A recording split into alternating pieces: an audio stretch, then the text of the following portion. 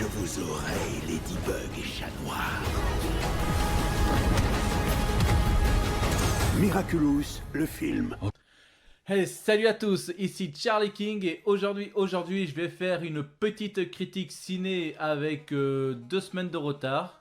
Oui, c'est ça, déjà 2 semaines de retard où le film est déjà sorti. Parce que, à cause que j'ai eu pas mal de temps manqué, parce que à la fois j'ai voulu essayer de chercher des personnes pour... à la fois je voulais essayer de chercher à la fois des personnes pour donner aussi leur avis sur ce film et partager avec le mien bien sûr.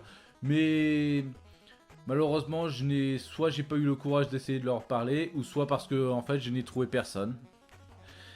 Et surtout que la seconde fois, je devais aussi aller voir une seconde fois le film, soit avec ma nièce, ou soit avec une amie qui a raté l'avant-première.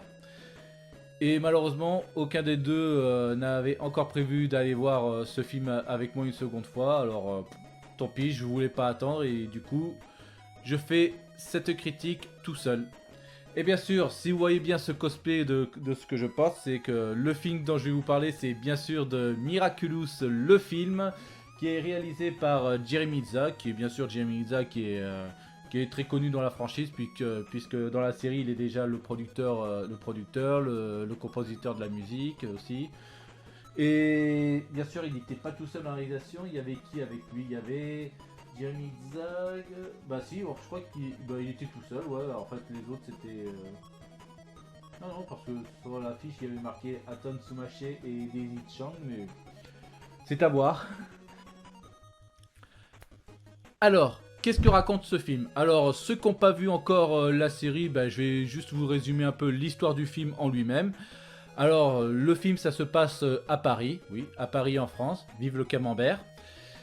Et dans laquelle ça raconte l'histoire des objets magiques qu'on appelle les Miraculous. Ce sont des objets magiques assez puissants dans lesquels ils sont accompagnés des petites créatures qu'on appelle les Kwami.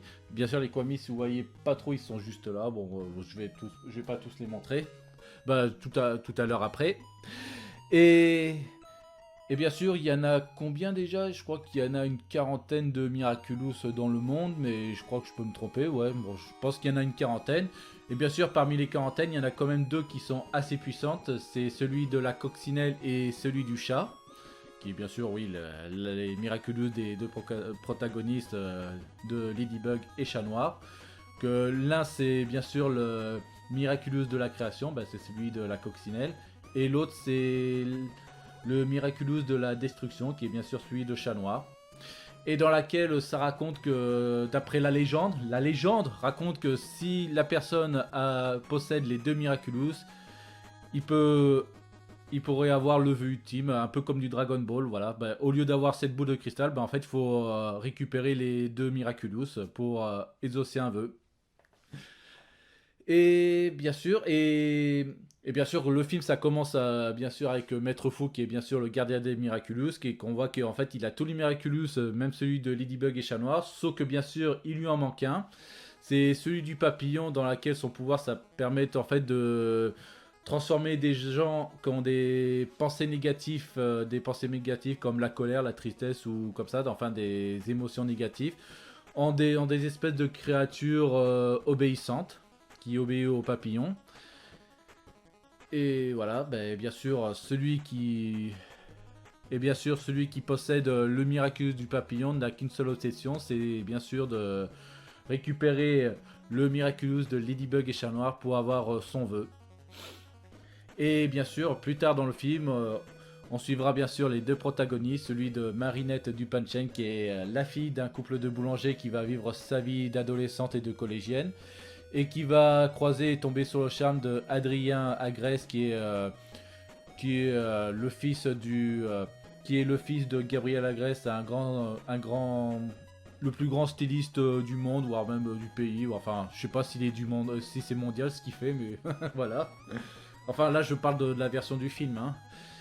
Et qui, bien sûr, qu'on découvre aussi que plus tard que le père de Adrien c'était le papillon en lui-même, et voilà. Là je vais pas tout raconter parce que sinon ça risque un peu de spoiler le film, mais de toute façon, même si je vais aller dans la partie spoil, ça va pas trop révéler tout ce que je vais raconter, voilà. Bah du coup, qu'est-ce que je pense de ce film? Eh ben, je savais déjà par avance que ce film était une comédie musicale, qui aurait beaucoup d'extraits musicaux, mais sauf que je m'y attendais pas qu'il y aurait tellement pour que ce film me gueule devant pour me dire ceci, d'acheter son disque. Ouais, c'est ça, en fait, il y a tellement trop d'extraits musicaux, je crois qu'il y a, bah, si j'en compte, il y en a 14, ouais, 14 chansons dans le film, hein, parce que là c'est trop, hein, c'est beaucoup plus qu'un film Disney, hein. Comme par exemple du Roi Lion ou de la Reine des Neiges, il y a quoi, 5 ou 6 chansons, alors que dans ce film, vous en aurez à peu près 14. Voilà. Là, 14, c'en est un peu trop, là, parce que là, parce qu'au bout d'un moment, je me suis dit, oui, en fait, je crois que ce film, c'est presque de la publicité pour me faire acheter le disque. Ouais. Voilà, le célèbre disque, qui est bien sûr chanté par les deux chanteurs, Lou et je me rappelle plus comment s'appelle l'autre qui a remplacé Lil Kim là. Ah oui, c'est Elliott Smith. Elliott Smith. Voilà, ça y est, j'ai trouvé. Bon, bien sûr, après je vais pas trop gueuler sur les chansons, bien sûr. On va dire les chanteurs, ils chantent bien, bien sûr. Leurs prestations sont magnifiques, il y a rien à dire, hein. Mais c'est sûr que la chose que j'ai reproché, c'est qu'il y a beaucoup trop de chansons là. Oh mon dieu. Ah, surtout qu'il y a beaucoup de passages. Bon, là, de toute façon, bon, c'est pas du spoil, mais il y a bien sûr le passage de la fête foraine, si vous voyez lequel c'est là. Mais voilà, il y a de l'action qui commençait à arriver dans une fête foraine. Là, je me suis dit, ça y est, il va y avoir de l'action là, que Ladybug et Chat Noir rentrent en action. Mais sauf que avant qu'ils rentrent en action, il y a un extrait musical. Et là, je me rappelais, dans la salle, j'étais. Oh. Je crois que j'ai entendu des gens aussi à côté de la salle qui ont fait pratiquement pareil que moi. J'ai dit, oh, encore. Mais ne chantez pas, on veut de l'action là, il y avait de l'action dans la fête là, pourquoi vous chantez? Oh mon dieu, mais là, c'est là que j'avais craqué. Je pense que la chanson de la fête foraine, c'était la combien déjà? Être moi. Ouais, je crois que ça devait être la sixième chanson là. On a déjà traversé 6 chansons pour arriver là. Après, qu'est-ce que je peux dire d'autre? Niveau scénario, oh, scénario, il n'y a pratiquement rien à dire. Après, c'est vrai que c'est vrai que là, c'est sûr qu'on va déjà raconter déjà à l'avance que, bien sûr, ce que les gens reprochent aussi à ce film, c'est que bien sûr que le film, il n'est pas canon. Alors ça veut dire que si vous comprenez pas ce que veut dire canon, ça veut dire qu'en fait que le film n'est pas lié à la série. Alors en gros, si vous avez jamais vu la série mais que vous voulez commencer à voir le film, bah il y a pas de souci puisqu'en fait l'histoire du film n'est pas liée à la série. Après parce que évidemment à part Jeremy Zag, il y a pas c'est pas les mêmes il y a pas la même équipe parce que déjà qu'en réalisation, je sais que déjà qu'à la base dans la série, c'est pas Jeremy Isaac qui faisait la réalisation, c'est Thomas Truss, qui est bien sûr le vrai le créateur de Miraculous. Bien sûr, c'est grâce à lui qu'on doit les Miraculous. Et pas trop à Jeremy Isaac, parce que lui, Jeremy Isaac, il est plus le co-créateur, qui est le producteur et voire même scénariste, je crois, ouais, je pense. Mais par contre, il n'était pas le réalisateur de la série en lui-même. Là, c'est sa première réalisation. Ça commence à partir de ce film. Après, oui, oui, j'ai vu tout à l'heure qui c'est qui écrivait le scénario là, mais bien sûr, on peut voir que c'est pas les mêmes parce que là, celui qui avait écrit les scénarios de la série, c'était Sébastien Thibodeau. Après, je pense, mais il est pas tout seul, bien sûr, parce que j'ai déjà connu les autres scénaristes quand j'étais à la Japan Panther Festival. Mais là, je vois qu'ils sont pas mentionnés dans ce que je vois sur la page. Alors voilà. Alors évidemment, il n'y a personne de l'équipe de la série qui ont travaillé sur ce film. Enfin, le seul de membre de l'équipe qui a travaillé dans le film, c'est bien sûr Jamie Zag lui-même. Et puis c'est tout.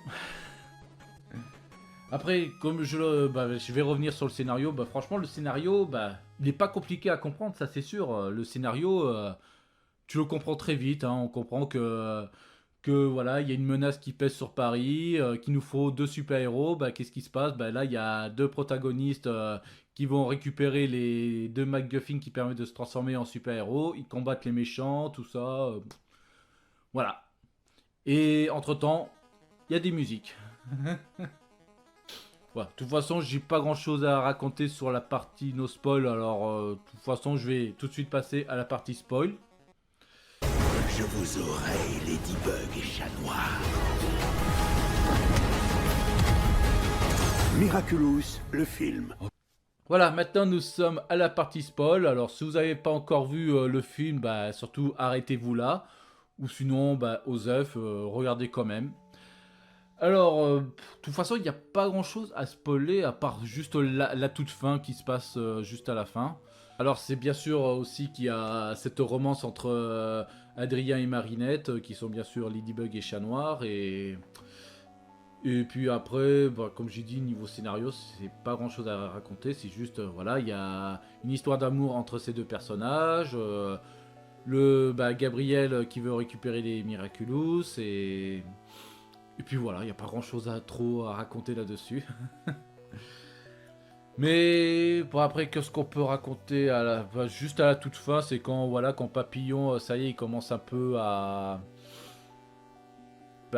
commencer à déprimer parce que je sais plus pourquoi, parce que à la toute fin tu voyais Gabriel Agreste qui est toujours un personnage qui était bien coiffé, qui avait les cheveux bien coiffés, les lunettes et qui est bien rasé aussi. Et là je sais pas pourquoi, là il commençait à perdre sa coiffure, prendre de la barbe. Voilà, moi j'ai l'impression d'avoir vu Bill Pullman de Gasper quand je le voyais comme ça. Non, mais, je m'excuse, mais je sais pas pourquoi, mais quand je le voyais dans cet état, moi j'ai l'impression d'avoir revu Bill Pullman. Alors du coup c'est pour ça que j'ai commencé à l'appeler, bah tiens, Gabriel Pullman. Voilà, bon du coup, voilà, à la toute fin t'avais Gabriel Agreste qui était devenu Gabriel Pullman et à la fin il commence déjà à essayer de détruire Paris, voilà, en foutant de la lave partout, détruisant la tour Eiffel, non. Non, je me suis planté, c'est pas lui qui détruit la tour Eiffel, je crois que c'était Chat Noir là. Ouais, désolé, mais ça remontait à loin. Au moment où j'ai regardé le film, j'essaie de me rappeler ce que j'ai dû voir. Et bien sûr, t'as. Bien sûr, parce qu'à la fin, bien sûr, il y avait toujours Papillon qui était assez fort contre les deux là, contre Ladybug et Chat Noir. Déjà, il avait commencé à réussir à s'emparer du Miraculous de Ladybug. Et à la fin, il commençait à essayer de s'emparer celui du Chat Noir. Et bien sûr, il y a eu un coup dans lequel Chat Noir s'est fait démasquer là. Ça veut dire qu'il a perdu la moitié de son masque. Et que je comprends pas parce que je pensais que dès qu'on est transformé, on a le costume qui est indestructible. Normalement, son masque devrait pas censé être détruit. Mais voilà, il faut avoir une facilité scénaristique pour qu'à la fin, en fait, que Adrien reconnaît son fils qui est d'autre que Chat Noir. Et qu'à la toute fin, bah, tu vois, il y a Adrien qui lui dit, bah écoute, papa, tu étais trop méchant, c'est pas bien d'être méchant. Bah, c'est le genre de discours, c'est pour dire, écoute, maman est morte, faut la laisser partir, c'est triste, mais c'est la vie, c'est la vie, c'est la couleur, c'est tout ça. Bah, du coup, et c'est pas bien d'être méchant, et du coup, ils font un câlin. Voilà, c'est la paix, bah, ils font la paix. C'est bon, Papillon n'est plus, Gabriel Pullman a compris qu'il doit faire son deuil. Et pendant ce temps-là, t'avais aussi Ladybug qui a récupéré son Miraculous et qui reconstruit Paris parce que faut pas oublier qu'elle a le pouvoir de la construction. Pardon. Et voilà. Mais moi j'ai trouvé que c'était un peu... Ouais, bah après moi non, ça m'a pas dérangé, j'ai trouvé que c'était assez émouvant là-dessus. Mais je pense que ça a dû rager certains fans là-dessus parce que après, comme on le répète, le film n'était pas canon. Alors moi, je pouvais accepter là-dessus. Mais après, je sais qu'il y a beaucoup de gens qui ont gueulé aussi sur la toute fin. C'est bien sûr... Alors bien sûr, ça se passe à la toute fin dans laquelle Marinette retrouve Adrien dehors et qu'elle lui révèle tout de suite que c'est elle Ladybug. Voilà, du coup, le secret de ne pas révéler ses identités, bah, Osef, voilà. Et bien sûr que le film allait se clore sur le baiser entre Marinette et Adrien. Que, enfin, je crois que les fans attendaient de voir ce genre de baiser. Mais bien sûr, à ce moment-là où on a vu l'avant-première, il n'y avait pas eu encore aussi le baiser qu'on a vu dans la série. On se dit, allez, ça y est, on va le voir enfin. Et sauf que là, non, générique avant qu'il se touche les lèvres. Et là, je crois que j'avais entendu dans la salle qui faisait Oh, oh non, mais c'est de l'arnaque, remboursez ma place là. Oh non, remboursez là. Là, et moi j'étais mort de rire en disant. Mais en plus, je le savais à l'avance, je veux dire, ça va cutter. Ça va cutter, ça va cutter. Et là j'étais comme Ian Malcolm en disant Eh merde, j'en ai marre d'avoir toujours raison. Oh là là. Mais franchement, ouais, il n'y a pas grand chose à dire. Après, au niveau des personnages, bah, bien sûr, au niveau des personnages, c'est sûr qu'il n'y a pas. Il n'y a pas beaucoup à présenter parce que déjà les personnages tu les vois tous, tu vois les Lucas, tu vois des Lucas, tu vois les parents de Marinette, tu vois aussi Chloé. Si vous voyez qui est Chloé, c'est la blonde Zilla du collège et tout ça. Ben en fait, tu n'y vois pas beaucoup en fait, surtout tous les amis de d'Adrien et de Marinette là, ils font juste des caméos là, ils ont pas trop de scènes de dialogue, c'est juste des caméos. Enfin, il y en a deux seuls qui sont beaucoup plus présentes, c'est bien sûr Nino et Alia. Mais tandis que tous les autres, c'est juste des caméos, c'est des figurants. Après, ouais, c'est dommage ceux qui étaient fans des autres persos. Et puis voilà, bon, bah après, t'as toujours Nathalie qui est l'assistante de Gabriel. Gabriel qui, malheureusement, le voit pas trop. On voit pas trop. C'est dommage qu'on voit pas trop le lien entre lui et son fils au tout début du film là, parce que c'est ça c'est ça qui devrait installer si on veut voir que ce soit beaucoup plus émotionnel pour la fin quand ça clôt la fin de Papillon. Mais c'est un peu dommage. Non, non, le seul truc qu'il faut le voir qu'il est inquiet pour son fils, c'est juste de le transformer en Bill Pullman et puis voilà. Après, ouais, ah oui, j'ai oublié Tiki et Plague qui sont là. Après, on voit beaucoup plus du Tiki que Plague, mais au moins, ils sont présents. Bon, après, forcément, ils sont présents parce que, vu que c'est les Kwami des deux protagonistes, c'est évident. Ah oui, et surtout, j'ai remarqué un truc qui était vachement bizarre. Bah, bien sûr que, je le répète, c'est pas canon, ça c'est sûr. Mais c'est vrai que, déjà, quand on voit déjà les pouvoirs des Ladybug et Chat Noir, enfin, on les voit pas tous parce que, oui, déjà, on voit déjà le cataclysme de Chat Noir. Mais par contre, dans le film, on ne voit pas Ladybug utiliser une seule fois le Lucky Charm. Hein. Le Lucky Charm qui est quand même le pouvoir principal de Ladybug qu'elle utilise pratiquement dans tous les épisodes. Dans tous les épisodes, elle utilise tout le temps son Lucky Charm. Mais là, dans le film, pas du tout. Elle a jamais utilisé de Lucky Charm dans ce film. Bon après, comme je le répète, vu que le film n'est pas canon, alors c'était très évident. Ben voilà, j'ai pas grand chose à dire. Bon ben...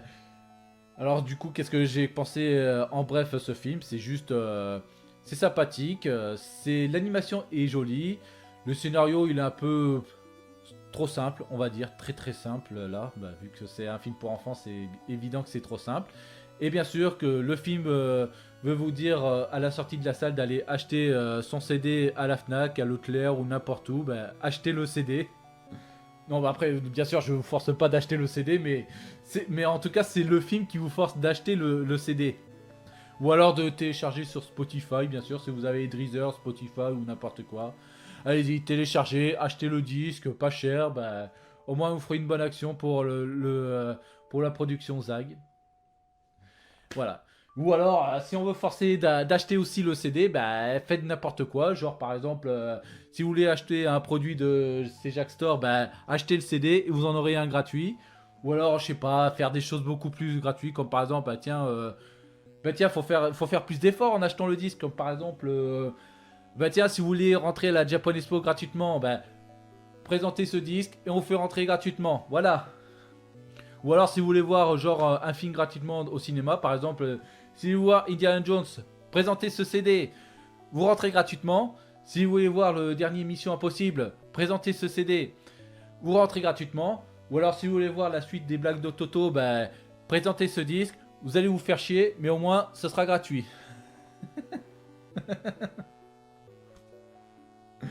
Ouais, bon au moins faut faire un effort d'acheter le disque. Voilà, achetez le disque, achetez le disque. Achetez, mais pas cher bien sûr hein. Voilà, ça y est, j'ai fait de la publicité. Voilà, en conclusion, bah, bien sûr, le film est encore dans la salle. Et en plus, à l'heure où je fais cette vidéo, le film bah, connaît en ce moment un succès. Et c'est déjà bien. Bon, voilà, c'est encore le second film d'animation qui connaît un fort succès après Super Mario Bros. Voilà, bon, bah, voilà. Un des meilleurs films. Bon, après, je sais pas si ça va être vraiment le meilleur film de l'année. Mais en tout cas, meilleur film de l'animation de l'année, peut-être. Bon, après, non, c'est un peu inférieur à Super Mario Bros. Mais au moins, il est assez bon. Voilà, j'ai peut-être plus grand chose à raconter. Bah, du coup, n'hésitez pas à commenter ce que vous en pensez du film. Alors, bien sûr, vous pouvez le dire si vous l'avez aimé ou pas. Bah, je comprendrai à ceux qui n'ont pas aimé ce film. Parce que bien sûr, je peux comprendre que les gens n'ont pas aimé ce film parce que à cause qu'il y a beaucoup trop de chansons, ça c'est sûr que la seule chose que je trouve relou, c'est qu'il y avait beaucoup trop de chansons et ça c'était un peu très chiant, très très chiant. Voilà, bah du coup n'hésitez pas à donner votre avis et bien sûr à part ça n'hésitez pas non plus à liker, à partager et même de vous abonner. Et puis d'ici là, bah, je vous dis à plus, que tout le monde reste fort. Sauf ceux qui peuvent pas acheter le CD, bien sûr. Voilà. Allez, ciao.